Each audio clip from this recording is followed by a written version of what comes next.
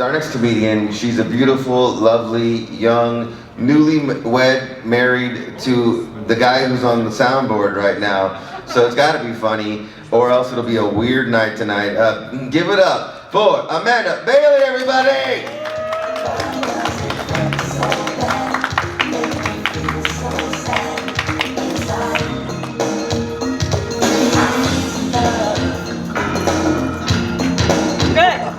I'll just take the whole thing. Wait.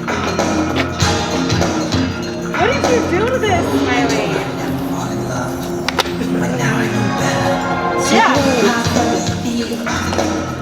Oh, yeah, thanks. Alrighty. So, I really should have gone pee before I came up here. Don't you love how your bladder just waits till it's somewhere in between totally inconvenient and absolutely impossible before it tells you, like, hey, you've now got one of those first grade math class, had too many juice boxes at lunch emergencies, like right now, right fucking now. That's how it is.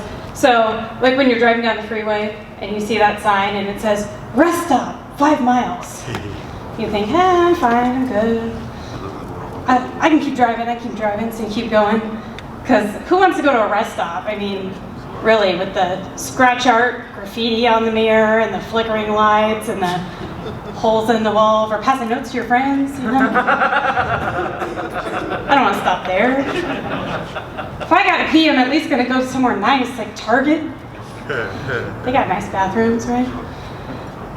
So when you see that sign that says, rest stop, 3 miles, and you think, no, I'm good. If I'm gonna stop somewhere, I'm gonna go to like Hobby Lobby.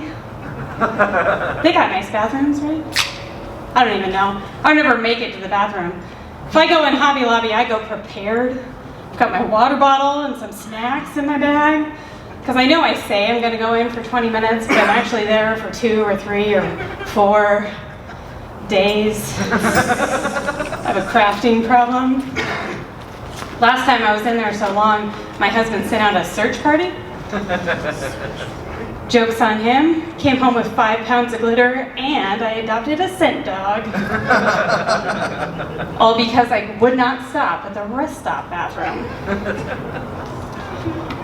It's always the last one, too. So you're driving, and you pass the 5 mile sign, you pass the 3 mile sign, and then you finally see rest stop 1 mile, no exit for the next 72 miles. And you think, no, I am good. I am in control of my own bladder. I don't have to pee. I'm going to keep driving.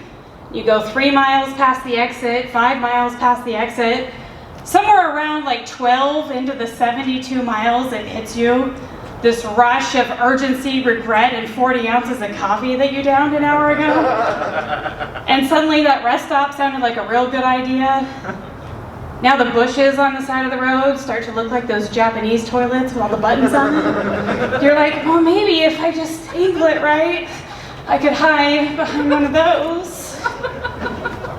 Men have it easy. They can just pull over, pop the hood like they know what they're looking at, pee behind a tire, get back in like they fixed whatever was wrong with their car. Women can't do that. No, you're driving and you just have to hold it. Mind over matter. That's what you gotta do. You're just like, no, I can wait. I'm used to it. I'm a teacher. I never get to pee. My doctor said teacher bladder is an actual diagnosable condition now. I don't know if you knew this. It's a real thing. Damn. It's right up there with tennis elbow, swimmer's ear, snowflake anus. That's a new one. You don't know that one? Snowflake anus? It's really common amongst Gen Zers now. They see or read anything mildly offensive and their butthole closes so tight they have to go in to have it medically dilated. Yeah, I don't have that problem. I teach high school. The kids are inappropriate all the time. You get over it real fast. That's not even the worst part of my job. No. Worst part is when you start at a new school, no one tells you shit. You get there, they just expect you to know everything. They're like, oh, you'll be fine, you'll be fine. If you need help on your A47s, just go see Mrs. G down in B93. She knows exactly what's up with the RT6s. And you're like, I don't know what that is. Okay, yeah, great. I'm fine. You're fine, girl. Right. My first day teaching at the new school, they hand me a folder and they're like, oh, everything you need is just in here. So I open it up and there's emergency procedures. They say, hey, these in your room. I said, okay. So I get some tape and I post them up on the wall. There's a red one, a white one, and a blue one. Those are our school colors. So I'm like, okay, if anything were to happen, all the directions are right here, I'm fine. So a few weeks into my first year teaching there, this alarm starts going off. And I had no idea what it was. It was nothing like our normal bells. It sounded kind of like a car alarm if your car was a rabbit that you were slowly dunking into boiling acid. That was the sound this alarm made. And so I run over to my emergency procedures. Luckily, I had no students in the room at the time, or this would have been much worse. And over the loudspeaker, the secretary says, code blue, like we're in some kind of hospital TV show. And so I'm thinking, as a educator of young people with critical thinking skills, code blue must be the blue paper. That seems obvious. So I take a look at the blue paper and it says, earthquake. Now I didn't feel an earthquake, but I know we have drills, so I'm pretty sure I can handle this. And it says, hide under your desk, cover your head, prepare for falling debris, and wait for the all clear. So I figured, oh, it's one of those drills. We teach the kids how to get under their desk, like they haven't been living in California for 9 years at this point. Fine.